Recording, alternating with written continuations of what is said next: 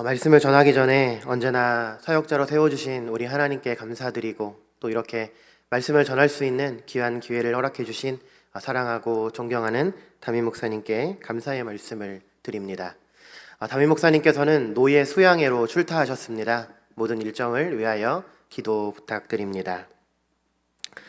우리가 인생을 살아가다 보면 낙심하는 일이 많습니다. 그건 하나님을 믿는 신자라고 해서 예외는 없는 일이죠. 또 낙심뿐만 아니라 좌절, 고통, 또 슬픔 같은 것들이 우리의 삶에 여전히 존재합니다. 그리고 이것은 우리뿐만 아니라 예수님께서 부르셨던 사도들 역시 예외는 아니었습니다. 때로는 힘차게 복음을 증거하기도 했지만 때로는 힘에 겨워 낙심하기도 했다는 것을 우리는 기억해야 합니다. 우리는 오늘 본문을 읽을 때 위대한 사도 바울 역시 낙심하는 상황이 생겼다는 점을 짐작할 수 있습니다. 그 상황을 정리해 보자면 한 3가지 정도로 요약해 볼 수 있는데 그 상황은 이러합니다. 첫 번째로 사도 바울이 고린도에 갔을 때 그곳에 이르기까지 많은 박해와 핍박을 받았습니다.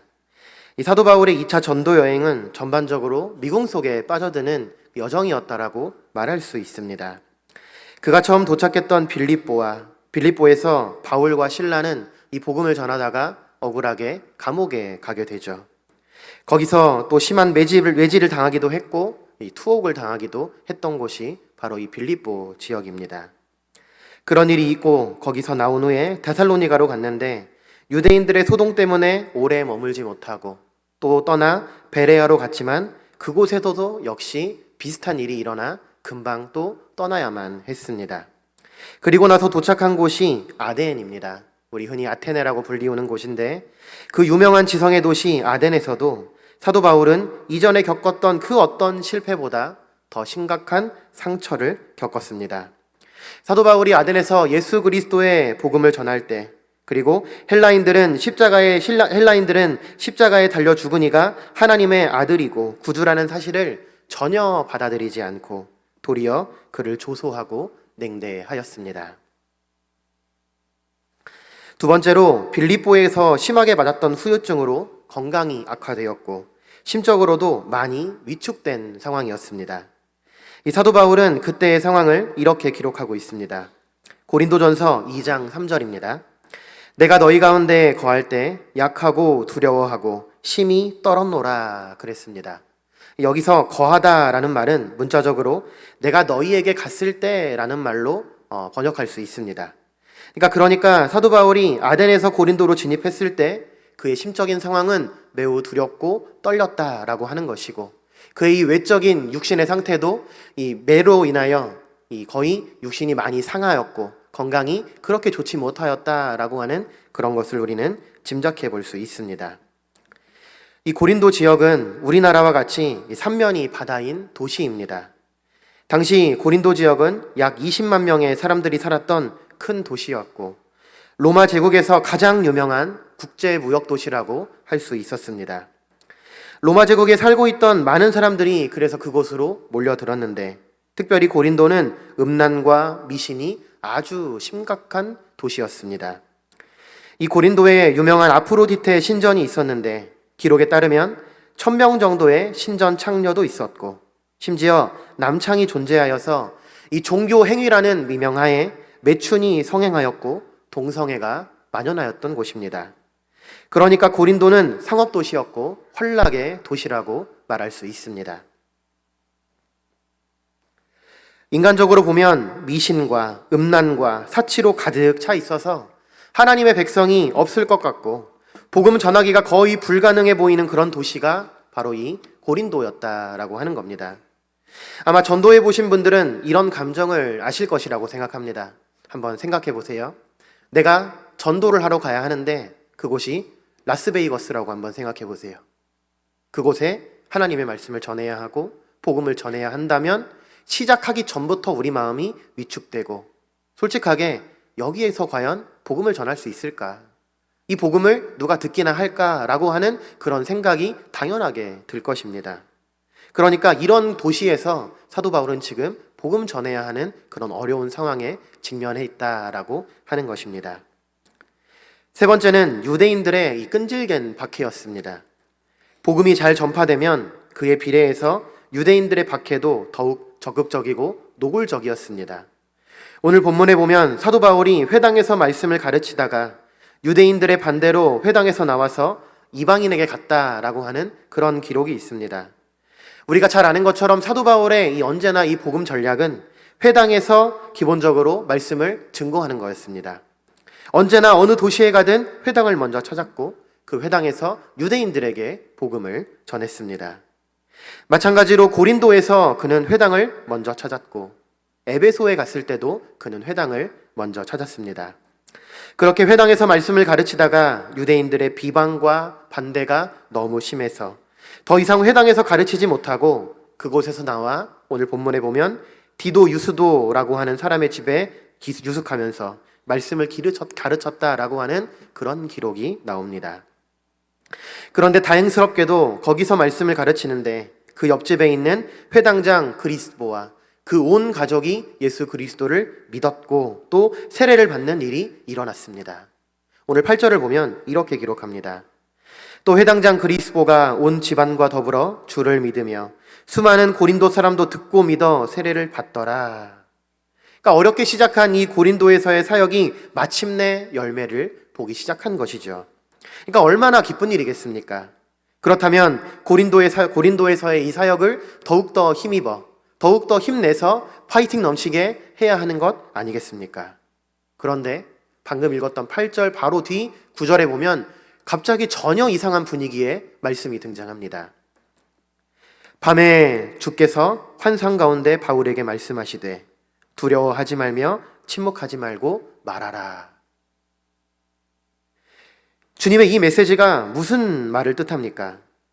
사도 바울의 사역이 성공적으로 보였고 이제 드디어 열매를 맺는 것처럼 보였는데 사도 바울은 사역을 중단하고 싶었고 또 그런 유혹을 받았고 그의 마음이 심히 두려워하는 그런 마음으로 가득 차 있다라고 하는 것을 보여주는 것 아니겠습니까? 사역이 잘 되고 있는데 왜 두려워하고 왜 중단하고 싶었겠습니까? 그 이면에는 아마 사도 바울의 사역이 성공하면 성공할수록 유대인들의 반대가 심각했고 그래서 과거처럼 유대인들의 반대를 받아 여기서도 고소를 당하거나 매질을 당하는 그런 어려운 일이 있지는 않을까 하는 그런 두려움이 사도 바울의 마음에 있었던 것이 분명합니다. 인간인데 왜 그런 생각이 들지 않겠습니까? 그래서 어느 정도 열매를 거두었고 어느 정도 믿는 사람도 생겨났으니 아마 그만 사역을 접고 떠나야겠다라고 생각을 했던 것 같습니다.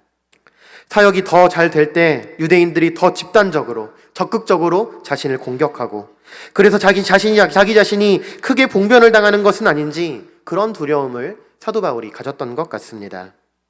이런 마음을 가졌던 것을 주님께서는 아시고 환상 중에 나타나셔서 위로와 확신을 주시고 격려해 주신 것입니다. 주님은 이와 같이 우리가 겪고 있는 문제와 약점을 정확하게 파악하시고 그것에 맞추시는 정확한 처방과 도움을 주시는 분이십니다. 그리고 현재 그에게 필요한 도움이 무엇인지를 정확하게 알고 계셨던 것입니다. 주님께서는 사도 바울에게 직접 나타나셔서 말씀하셨는데 주님의 판단으로는 사도 바울에게는 그렇게 말씀해 주시는 것이 가장 적절한 도움이 될 것이라고 생각하셨기 때문에 아마 그렇게 행하셨을 것입니다. 우리들 역시 많은 두려움, 걱정, 낙담, 좌절 이런 것들을 반복하면서 인생을 살아갑니다. 자녀 때문에 걱정하고 사업 때문에 걱정하고 먹고 사는 일 때문에 걱정하고 관계의 문제 때문에 걱정하고 두려워하고 아무튼 끊임없이 걱정하고 염려하는 일들이 우리 인생에 너무나 많습니다. 그런 우리를 위해서 본문을 통해 두려움을 극복하고 불안과 낙담에서 벗어나는 것을 돕기 위해 주님께서는 중요한 교훈을 우리에게 가르치고 계십니다. 본문이 주는 첫 번째 교훈은 낙심하거나 두려워할 때 주님의 말씀을 붙들고 믿음 가운데에서 굳게 서야 한다는 것입니다. 오늘 본문 9절과 10절입니다. 밤에 주께서 환상 가운데 바울에게 말씀하시되 두려워하지 말며 침묵하지 말고 말하라. 내가 너와 함께 있음에 어떤 사람도 너를 대적하여 해롭게 할 자가 없을 것이니 이는 성중에 내 백성이 많음이라 하시더라. 아멘. 꿈은 그리고 환상은 하나님께서 그의 자녀들에게 자신의 뜻을 알리는 중요한 수단이었습니다. 현대의 많은 지성인 중에는 이런 사실을 믿지 않는 사람들이 있지만, 그러나 이것은 성경이 가르치는 분명한 사실입니다. 꿈과 환상은 아직 인간이 설명할 수 없는 신비로운 영역이죠. 주님께서도 사도 바울에게 친히 나타나셔서 말씀하신 경우는 오늘 이 본문 사도행전을 통틀어 총 6번인데요. 6번의 경우 모두 다 사도 바울이 사역을 하다가 위급한 상황에 처해 있을 때 나타나셔서 말씀해 주셨습니다. 이것은 단지 사도 바울의 주관적인 체험이나 자신의 확신을 극적으로 표현하고 있는 것이 아니라 실제로 그가 주님을 보았고 주님의 음성을 들었고 그 사건을 그대로 오늘 말씀에 기록하고 있는 것입니다. 신자가 고난 중에 있을 때 다른 무엇보다도 주님의 음성 듣는 것이 가장 중요합니다. 이때는 다른 어떤 사람의 말도, 다른 어떤 사람의 어떤 조언이나 어떤 이 말들로도 위로가 되지 않습니다. 우리에게도 이런 경험이 있어야 하는 겁니다. 말씀을 읽을 때마다 그 말씀이 나의 심령을 울려야 하는 것이고, 친히 주님의 입에서 나오는 말씀을 듣는 것 같이 내가 그 말씀을 듣고 위로받고 내가 평안을 얻는 그런 경험이 우리 신앙생활에 있어야 하는 것입니다. 그런 경험이 우리 신앙생활에 가득하기를 간절히 바랍니다. 모든 신자들이 그렇겠지만 저 역시도 주님의 음성을 늘 듣고 사는 것이 마음의 소원입니다. 나 스스로 내가 결심했던 어떤 것이라 할지라도, 다짐이 있다 할지라도 사실 믿지 못합니다. 나의 어떤 고백도 사실은 신빙성이 없습니다. 언제 어떻게 변할지 저 자신도 잘 모르기 때문이죠. 그러나 한 가지 확신하는 것은 주님께서 확실한 음성으로 들려주시기만 한다면, 그래서 내가 그 확신만 얻을 수 있다면 어디까지라도 나는 달려갈 수 있다라고 하는 것입니다. 성도가 고난을 당해도 사실 고난이 문제가 아닙니다. 고난을 당하지만 주님의 음성을 듣지 못하는 것이 문제입니다. 남유다 왕국이 멸망할 때 가장 큰 문제가 무엇인지 다 아시지 않습니까? 외세의 침략이 문제가 아니었어요. 주변 국가의 군사력이 막 성장하고 다른 나라를 침략하고 하는 그것이 문제가 아니었습니다. 가장 중요하고 가장 심각한 문제는 하나님과의 관계가 끊어졌다라고 하는 것입니다. 세상살이가 어렵다고 말하고, 세상은 점점 더 악해졌다고 말하고, 여러 가지 문제가 있다고 하지만, 그러나 정말 가장 본질적인 문제가 무엇이냐면 하나님과 나의 관계가 소원해지고, 하나님의 음성을 내가 듣지 못하고 말씀을 통해 나에게 말씀하시는데도 아무런 미동도 없는 그런 나의 영적인 상태, 그런 나의 답보한 그런 상태, 답보에 머물고 있는 그런 상태가 가장 문제다라고 하는 것입니다. 주님의 음성이 계속 들리기만 한다면 아무리 괴롭고 아무리 낙담하고 절망하고 좌절하는 상황에도 우리는 소망을 갖고 희망을 갖고 나아갈 수 있는 것 아니겠습니까? 그래서 어떤 신학자는 행복을 성경적으로 정의하면 이렇게 할 수 있다고 말합니다. 고난 중에 주님의 음성을 듣는 것이 신자의 가장 큰 행복이다라고 그렇게 말을 하고 있습니다. 내가 인생길을 걸어가면서 갈 길을 헤쳐나가지 못하고 있을 때 주님께서 내 마음에 말씀을 통한 확신과 성령의 감화를 주시는 영적인 체험이 신자들이 누리는 가장 중요한 특권 중에 하나라고 말할 수 있는 것입니다. 오늘 5절을 보면 실라와 디모데가 마게도냐로부터 내려오매 바울이 하나님의 말씀에 붙잡혀 유대인들에게는 예수는 그리스도라 밝히 증언하니 그랬습니다. 이 사도 바울이 고린도에 왔을 때는 혼자였습니다. 그러다가 마침내 그가 사역하고 있던 어느 시점에 데살로니가 교회와 빌립보 교회의 소식을 가지고 이 실라와 디모데가 사도 바울에게 왔는데 정말 좋은 소식을 가지고 왔습니다. 정말 제대로 말씀도 전하지 못하고 양육도 제대로 하지 못했던 이방인 교회가 사도 바울 일행이 떠나고 난 뒤 그 믿음을 놓지 않고 하나님을 열심히 믿고 잘 믿고 있고 잘 섬기고 있다라고 하는 그런 소식을 듣게 된 거예요. 더욱이 그냥 평안한 중에 믿는 것도 아니고 그들에게 박해와 어려움이 여전히 있지만 그들이 믿음을 잘 지키고 있다라고 하는 이런 소식을 들으니 사도 바울이 얼마나 큰 위로를 받았겠습니까? 지금 유대인들에게 박해를 당하고 매를 맞고 온갖 고난을 당하면서 말씀을 전한 그것이 헛되지 않았다라는 사실 때문에 아마 큰 보람을 느끼고 큰 위로와 격려를 받았을 것입니다. 그리고 특별히 이들이 올 때 오랫동안 관계가 끊어져서 빌립보 교회가 사도 바울에게 소식을 전하며 사도 바울에게 전하는 선교 헌금을 보내게 됩니다. 그래서 실라와 디모데가 왔을 때 굉장한 위로를 받았을 것이고 힘을 얻었을 것입니다.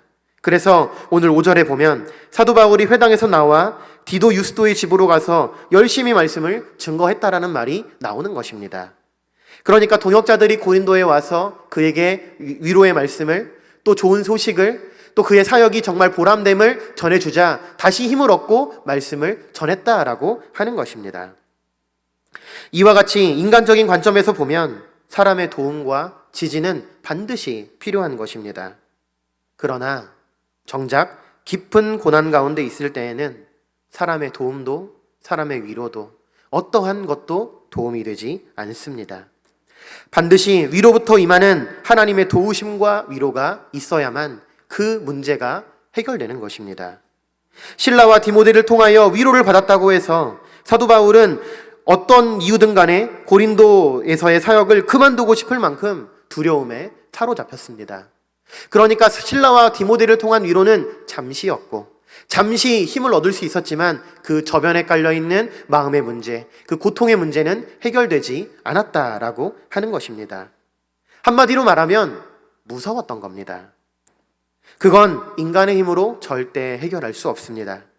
아무리 상담가를 만나고 전문가를 만나서 자기 문제를 상의하고 사람들의 격려를 받고 지지를 받는다 할지라도 그것이 우리 마음에 있는 근본적인 불안과 두려움을 극복하도록 본질적인 도움을 줄 수는 없다라고 한다는 것입니다. 사람에게 정말 중요한 것은 우리를 구원하신 주님의 음성을 듣는 일임을 우리는 반드시 기억해야 합니다. 그럴 때 주님께서 나타나셔서 두려워 말고 잠잠하지 말고 계속 말해라 라고 말씀하시는 겁니다. 이 한마디의 말씀이 사도 바울에게 정말 큰 위로가 되었어요. 그리고 그에게 있던 두려움이나 어려움이나 고통이나 그 모든 것들이 다 해결되었습니다. 그리고 이 주님의 이 환상을 보고 음성을 듣고 난 다음 사도 바울은 무려 1년 6개월 동안 고린도에서 지치지 않고 열심히 말씀을 전했다라고 성경은 기록하고 있습니다. 오늘 이와 같은 위로의 말씀, 이런 격려의 말씀이 힘겨운 하루하루를 살아가시는 우리 모든 성도님들에게 임하시기를 간절히 바랍니다. 두 번째로 주님께서 우리와 함께 하신다라는 사실을 반드시 믿어야 합니다. 주님의 말씀을 보면 주님은 침묵하시기는 했지만 방관은 아니셨습니다. 10절에 보면 무엇이라고 말씀하시냐면 내가 너와 함께 있음에 라고 분명하게 말씀하십니다. 신자들이 가지고 있는 영적 자산이 바로 이것입니다. 이 말은 여기서 너와 함께 있는다라고 하는 말은 그저 내가 너와 같이 있을 거야 라는 그런 단순한 말이 아니죠. 우리를 도와주고 너를 지지하고 너에게 힘이 되어준다 그 말입니다. 아이들이 자전거를 처음 탈 때 누군가 뒤에서 붙잡아주면 불안하기는 하지만 이거를 타고 갈 수 있습니다. 제가 저희 아들과 자전거를 타고 많이는 못 나가지만 한두 번씩 이렇게 나가보면 옆에서 이제 아이들에게 자전거를 가르쳐주는 부모님이 보여요. 보면은 어떻게 하냐면 처음에 잡아주다가 나중에 손을 놓고 가는데 아이가 이래요. 아빠 잡고 있어? 잡고 있어? 아빠는 손 놨는데 잡고 있어. 잡고 있어 하면은 아이가 막 앞으로 갑니다. 그러니까 주님께서 우리와 함께 있는다라고 하는 말이 바로 이거예요. 우리에게 힘이 되어주시고 우리에게 계속해서 말씀해 주시고 우리에게 위로해 주시고 우리에게 힘을 주심을 계속해서 말씀해 주고 계신다라고 하는 것입니다. 그러니까 우리의 삶을 하나님께서 붙드시고 지탱하신다라는 것을 우리는 믿어야 하는 것입니다. 내가 너와 함께 있음에 라고 하는 이 말은 2000년 전에 살았던 사도 바울에게만 주신 말씀이 아님을 우리는 기억해야 합니다. 이 말씀은 사도 바울에게만 주신 말씀이 아니라 하나님의 모든 자녀들에게 주신 말씀입니다. 그러므로 오늘 이 말씀을 나에게 적용하고 받아들이고 반드시 믿으시기를 간절히 바랍니다. 인간은 삶에서 어떤 문제들을 만나게 되면 쉽게 낙심하고 좌절하게 됩니다. 큰 믿음을 가진 것처럼 보였는데 정말 또 작은 일에도 넘어지는 것이 인간입니다. 지금은 제가 주님의 은혜로 결혼도 하고 두 아이의 아빠가 되었는데, 신학교에 다닐 때 동기들과 했던 고민들 중에 하나가, 가장 큰 고민 중에 하나가 바로 이 결혼이었습니다. 왜냐하면 누군가를 만날 수 있는 기회도 사실 별로 없고, 더 큰 문제는 요즘 목회자하고 결혼하지 않으려는 이런 분위기가 상당히 많거든요. 그러면 나름대로 신학생들끼리 우스갯소리로 하는 말이 뭐냐면, 야, 우리가 이 신학만 좀 그만두면 결혼할 수 있을걸? 이런 말을 우스갯소리로 해요. 결혼 문제뿐만 아니라 경제적으로 어려움이 있고 사역으로도 고민이 참 많았고 지금도 많습니다. 그런데 고민 없는 사람이 과연 어디 있겠습니까? 또 어려움 없는 사람이 어디 있겠습니까? 나는 잘 하고 있나? 주님께서 나를 보시고 어떠한 말씀을 하실까? 라고 하는 이런 고민들이 꼭 목회자뿐만이 아니라 모든 신자라면 해볼 수 있는 고민이다라고 하는 것입니다. 가끔은 정말 여러 가지 것들이 복합적으로 다가와서 다 포기하고 싶어질 때도 있는 것이 우리 인간입니다. 그럴 때 저에게 힘이 되는 말씀은 바로 이 말씀입니다. 우리가 잘 알고 있는 마태복음 28장 20절 말씀입니다. 내가 너희에게 분부한 모든 것을 가르쳐 지키게 하라. 볼지어다 내가 세상 끝날까지 너희와 항상 함께 있으리라 하시니라 그랬습니다. 내 눈에는 보이지 않지만 내 생각에 어떠하든지, 내 경험에 어떠하든지 주님께서는 언제나 나와 함께 하고 계신다는 겁니다. 이 약속은 과거 제자들에게만 주신 것이 아니라 오늘 살아계신 하나님을 믿는 모든 사람들에게 주신 약속입니다. 그러므로 어떤 상황이 온다 할지라도, 어떠한 일을 당한다 할지라도 주님께서 우리 앞에, 우리 옆에, 우리 곁에 계신다라는 그것을 믿으시고 위로받으시기를 바랍니다. 그것이 신자가 낙심하고 두려울 때 생각해야 하고 믿어야 하는 진리이고 위로이심을 간절히 믿으시기를 바랍니다. 세 번째로, 우리가 낙심되고 두려울 때 하나님의 관점을 가져야 합니다. 본문을 보시면 세상을 보는 하나님의 관점과 우리의 관점은 너무나 다르다라는 것이 드러납니다.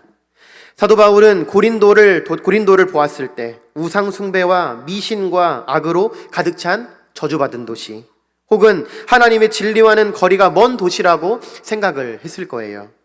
그러나 하나님은 그렇게 타락하고 미신이 만연한 그 도시 가운데에서 믿기로 예정하신 사람을 보셨다 그랬습니다. 사도 바울이 고린도에 갔을 때 아마 이 도시에는 믿을 사람이 없다고 생각했을지 모릅니다. 다 타락했고 음란했습니다. 도무지 복음이 들어갈 것 같지 않은 그런 상황이었잖아요. 그런데 하나님의 관점에서는 믿고 구원받을 사람이 많다고 그러셨습니다. 우리가 볼 때는 어둠인데 하나님의 관점은 빛이라는 겁니다. 내가 볼 때는 죽을 자리인데 하나님이 볼 때는 살 길이 있는 겁니다. 나에게는 닫힌 문밖에 보이지 않지만 주님은 열린 문을 보고 계심을 우리는 기억해야 합니다. 창세기에 보시면 하갈이 광야로 도망쳤다가 그 아들과 목말라 죽겠다라고 통곡을 합니다. 그랬더니 여호와의 사자가 나타나서 말하기를 일어나 그 아이에게 물을 마시라 라고 그렇게 말을 합니다. 그리고 눈을 열어주셨다라고 기록되어 있는데, 그렇게 눈을 열어주시고 난 뒤 앞을 보았더니 물이 있었습니다. 그래서 그 물을 마셨다라고 그렇게 기록하고 있습니다. 우리에게 절망적인 상황이 놓인다 할지라도 하나님에게는 소망이 있음을 우리는 기억해야 합니다. 우리 스스로 우리가 가진 지식으로, 이성으로 하나님의 능력을 제한해서는 안 되는 것입니다. 그러므로 하나님의 관점을 가질 수 있도록 우리는 노력해야 합니다. 하나님이 보시는 것처럼 내 인생을 볼 줄 알아야 하고, 하나님께서 생각하시는 것처럼 나도 생각할 수 있는 믿음의 성도님들이 되시기를 간절히 바랍니다. 그는 주님의 말씀을 통해 성공과 안전에 대한 확신을 얻은 뒤에 주님의 말씀에 순종하였습니다. 그리고 인내하면서 열심히 복음을 전했습니다. 주님께서는 오늘 우리들에게 획기적인 사고의 전환을 요구하십니다. 사실 성경적으로 본다면 성공이냐 실패냐 그게 중요한 게 아닙니다. 우리에게 중요한 것은 하나님의 뜻대로 순종하느냐 불순종하느냐, 그것이 훨씬 더 중요합니다. 그러므로 우리는 그저 우리에게 주어진 일을 하기만 하면 되는 겁니다. 재주보다, 지식보다, 재물보다 중요한 것은 하나님 말씀에 순종하는 신앙인 것입니다. 재주가 좀 모자라도 하나님 말씀에 순종하면서 성실하게 살면 하나님께서 그 일하는 사람에게 복을 주시고 형통하게 하시는 것입니다. 그 외에 나머지 것들, 인간적인 조건이며 유리하며 불리하며 이 모든 상황들은 하나님께서 다 정리해 주시고 하나님께서 다 다스려 주시는 것입니다. 하나님께서 주시겠다라고 작정하시고 복을 주시는데 그걸 누가 반대할 수 있고 누가 거부할 수 있고 누가 그것을 막을 수 있겠습니까? 그것은 사탄도 막을 수 없습니다. 하나님께서 복 주시고자 하면 그 사람은 반드시 복 받는 겁니다. 그러므로 하나님께서 함께 하시는 사람을 세상이 이길 수 없고 그 누구도 감당할 수 없는 사람이라고 말하는 것입니다. 성도님들, 얼마나 두렵든지 얼마나 낙심되든지 하나님의 말씀에 순종해야 합니다. 두려울 때 가장 좋은 성경적인 처방은 하나님 말씀에 순종하라는 것입니다. 성경에서 가장 많이 반복되는 말씀이 무엇이냐면 순종하라, 정직하라, 이거 아닙니다. 가장 많이 반복되는 말씀은 두려워하지 말라입니다. 우리가 두려워하지만 두려워하지 말라는 것입니다. 우리는 두려워할 수밖에 없는 인간적인 존재이죠. 나약하고 유약한 존재입니다. 그러나 하나님께서 나와 함께 하시니 내가 두려워하지 않을 수 있는 것입니다. 이 말씀이 많이 반복되는 이유가 무엇이냐면 우리가 순종하려고 하면 언제나 두려워할 만한 일이 우리 인생에서 일어나기 때문입니다. 그렇기 때문에 두려움이 오면 도리어 결심하고 하나님의 말씀에 순종해야 합니다. 왜냐하면 그 순종을 했을 때 하나님께서 나에게 복을 주실 거라는 약속이 있기 때문입니다. 순종하기만 한다면 하나님께서 순종하는 그 사람을 통해서 두려워하는 그 모든 일을 이기게 하실 줄로 믿으시기를 바랍니다. 사도 바울이 1년 6개월 동안 사역하면서 순종하면서 고린도 교회가 크게 성장했습니다. 마술사들이 책을 불태우고 믿고 독에 돌아오는 또 그렇게 회개하는 역사가 일어났습니다. 심지어 그의 앞치마를 아픈 사람이 만지기만 해도 병이 낫는 역사가 일어났습니다. 주님께서 사도 바울에게 말씀하신 것처럼 도리어 우리에게도 오늘 촉구하시며 말씀하십니다. 두려워하지 말라, 침묵하지 말라, 너는 하던 일을 계속하라. 내가 너와 함께 하겠다. 오늘 우리에게 말씀하고 계십니다. 우리가 처한 상황이 어떠하든 또 그 환경이나 이 크기가 어떠하든 모양이 어떠하든 주님께서 함께 하시고 주님께서 힘을 주시고 견디게 하실 것이니 두려워하지 마시고 반드시 말씀을 기억하며 순종하시기 바랍니다. 순종하는 그 시도가 그 한 번의 노력이 이 모든 것을 이길 수 있는 기회이고 그 첫걸음임을 또한 기억하시길 바라며 그렇게 인생의 한 걸음 한 걸음 신앙생활의 한 걸음 한 걸음 걸어가시는 저와 모든 성도님들이 되시기를 간절히 바랍니다. 우리 함께 찬양하시겠습니다.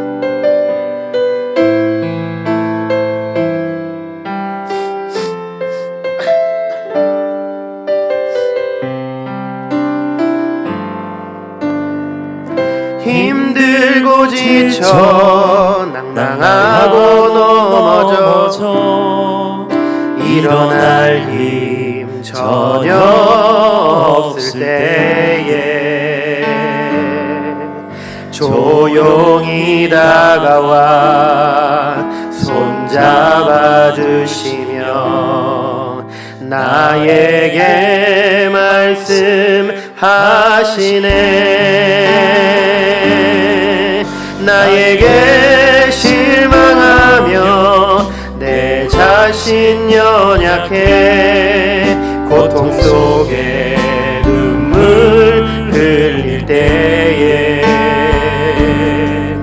못자국 난 그 손길 눈물 닦아주시며 나에게 말씀하시네.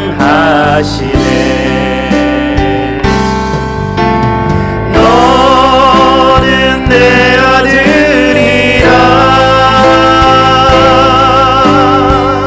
오늘날 내가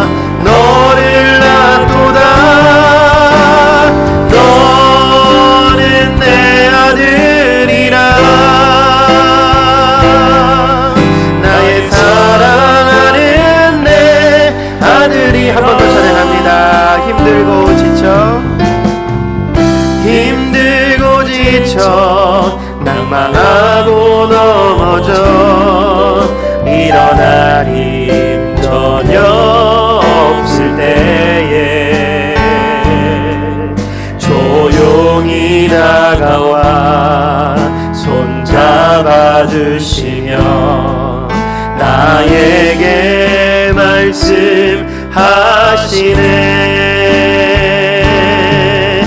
나에게 실망하며 내 자신 연약해 고통 속에 눈물 흘릴 때에 못 잡음 난 그 손길 눈물 닦아주시며 나에게 말씀하시네. 우리 손 들고 찬양합니다. 너는 내 아들이라. 너는 내 아들이라. 오늘날 내가 너를 낳도다.